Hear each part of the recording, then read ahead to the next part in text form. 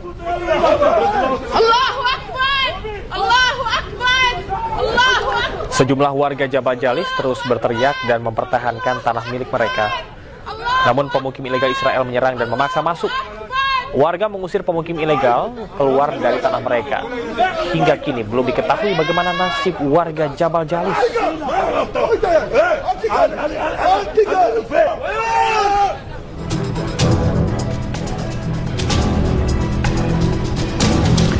Sementara itu pemukim ilegal Israel juga menyerang warga Kristen di desa Kristen Taibeh dan Der Jarir di tepi barat Palestina. Pemukim ilegal bermasker ini juga melempari warga dengan batu. Meski warga tidak melawan, para pemukim ilegal ini tetap melempar batu.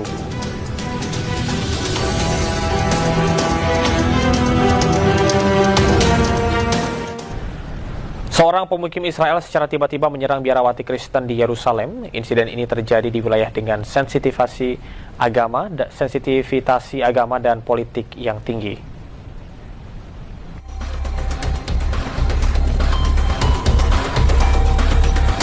Sebuah video memperlihatkan penyerangan oleh pemukim Israel terhadap seorang biarawati Kristen.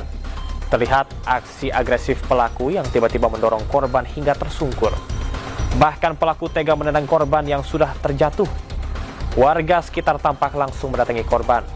Insiden ini memicu kekhawatiran atas perlindungan terhadap tokoh keagamaan di kawasan tersebut.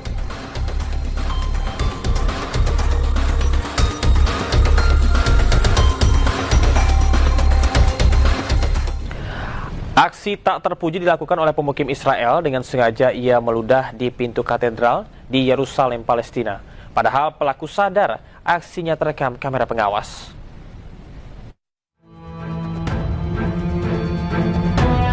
Aksi tidak terpuji ini diduga dilakukan pemukim Israel. Dengan sadar dan sengaja, pria bertopi ini meludah di depan pintu katedral di Yerusalem. Tidak hanya meludah, sambil melihat ke arah kamera pengawas, pria ini sengaja memasukkan jari dengan simbol tertentu. Video aksi tidak terpuji ini beredar luas di media sosial dan memicu keprihatinan publik. Aksi ini dinilai tidak menghargai tempat ibadah dan berpotensi menimbulkan terjadinya bentrok antar umat beragama. Bocah Gaza yang viral karena keheranan dengan ukuran rudal kini kembali viral setelah ia menunjukkan rumahnya yang hancur. Di tengah krisis kemanusiaan, anak-anak Gaza yang tidak tahu apapun menanggung beban berat di usianya yang masih kecil.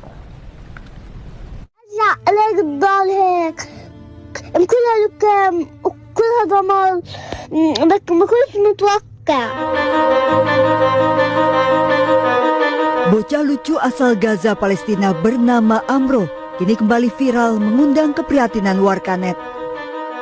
Amro menunjukkan rumahnya yang hancur akibat rudal Israel.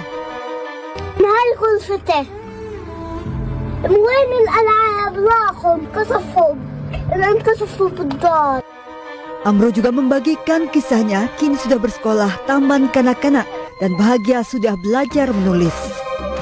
اليوم أنا رحت على الروضة علمت هذا الحرف وهذا الحرف وهذا الحرف صلحت لي الأمثلة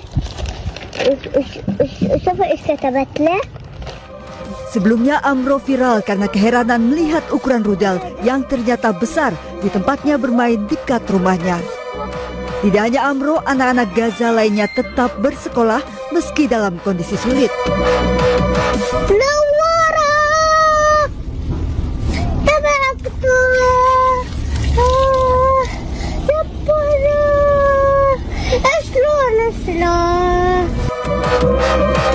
Di tengah kondisi krisis, bocah-bocah Gaza tetap ceria bernyanyi.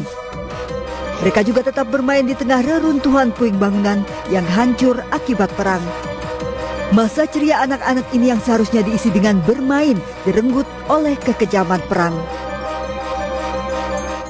Krisis kemanusiaan di Gaza terus memprihatinkan tanpa adanya bantuan medis dan layanan kesehatan. Bahkan angka amputasi pada anak di Gaza merupakan yang tertinggi di dunia.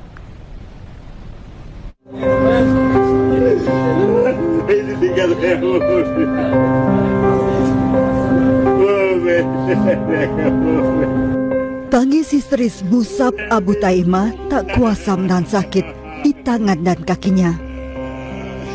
Warga Gaza berusia 46 tahun ini kehilangan anggota tubuhnya sedikit demi sedikit akibat tidak adanya suplai medis di jalur Gaza. Ujung jari tangan dan kakinya mulai membiru dan menghitam hingga akhirnya harus diamputasi.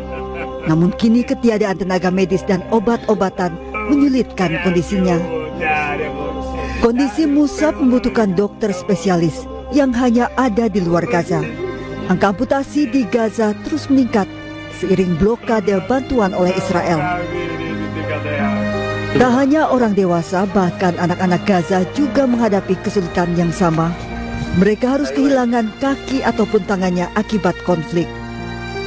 Bahkan Maret lalu viral saat seorang dokter terpaksa melakukan amputasi pada seorang bocah tanpa anestesi atau obat bius.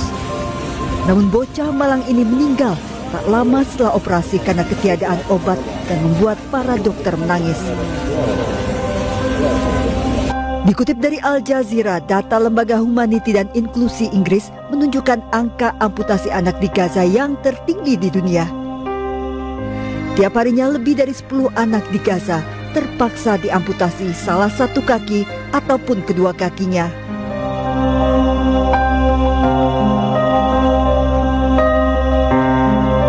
Sejak 7 Oktober 2023, total 5 hingga 6.000 orang di Gaza harus diamputasi akibat perang.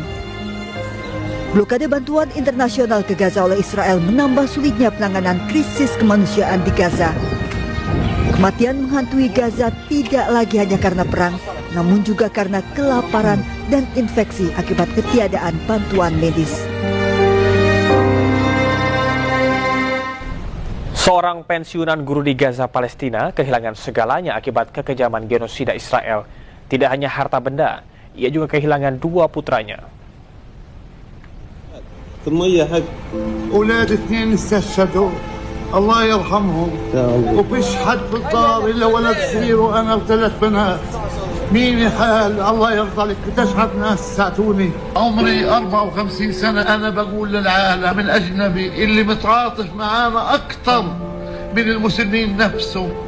وينكم يا ناس؟ وين شعوبكم؟ وين أمتكم؟ والله غزة بتصارع. Pensiunan guru di Al Zaitun, Gaza, Palestina menceritakan sulitnya mendapatkan air bersih. Ia tidak sendirian. 2 juta warga Gaza lainnya juga menghadapi krisis yang sama. Kekejaman Israel tidak hanya menghabisi nyawa dan membombardir Gaza, namun juga menghancurkan fasilitas yang dibutuhkan secara sistematis hingga menimbulkan krisis berkepanjangan. الله يرحمهم وفيش حد في الدار إلا ولد صغير وأنا و3 بنات. Konflik di Gaza masih memanas. Sebuah kelompok pejuang bersenjata menyergap milisi yang didukung oleh militer Israel di Khan Yunis.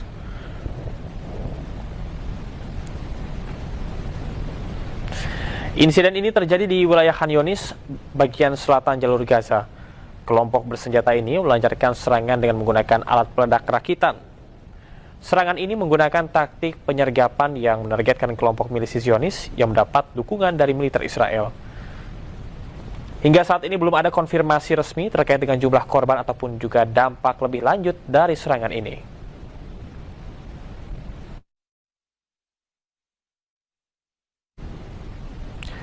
Sementara itu tak perlu menggunakan aula mewah, sepasang kekasih menggelar pernikahan di tengah rumah mereka yang hancur.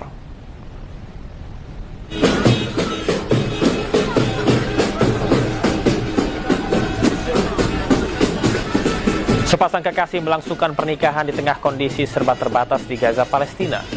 Dengan menggunakan kendaraan bulldozer diiringi musik, pengantin berkeliling menyapa warga membagikan berita gembira. Sepasang kekasih ini tetap menggelar pernikahan di tengah kelaparan yang melanda di Gaza.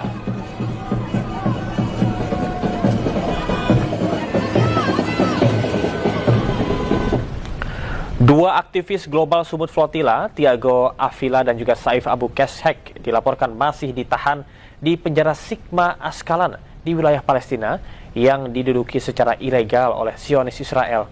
Kondisi keduanya menjadi sorotan setelah muncul laporan dugaan penyiksaan, pemukulan, dan pengabaian medis.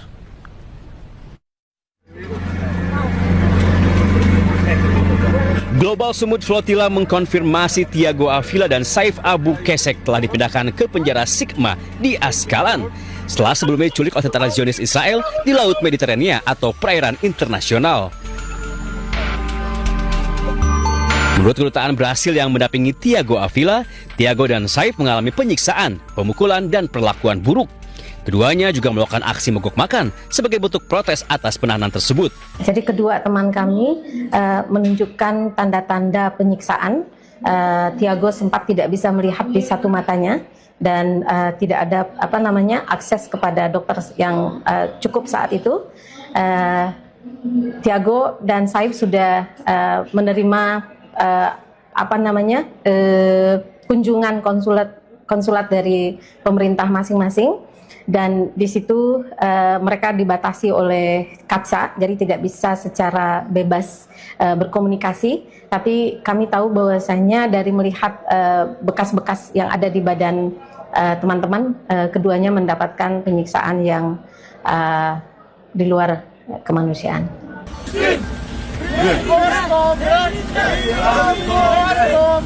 Aktivis asal Brasil Thiago Avila dikenal konsisten terlibat dalam gerakan solidaritas untuk Palestina melalui berbagai misi kemanusiaan internasional.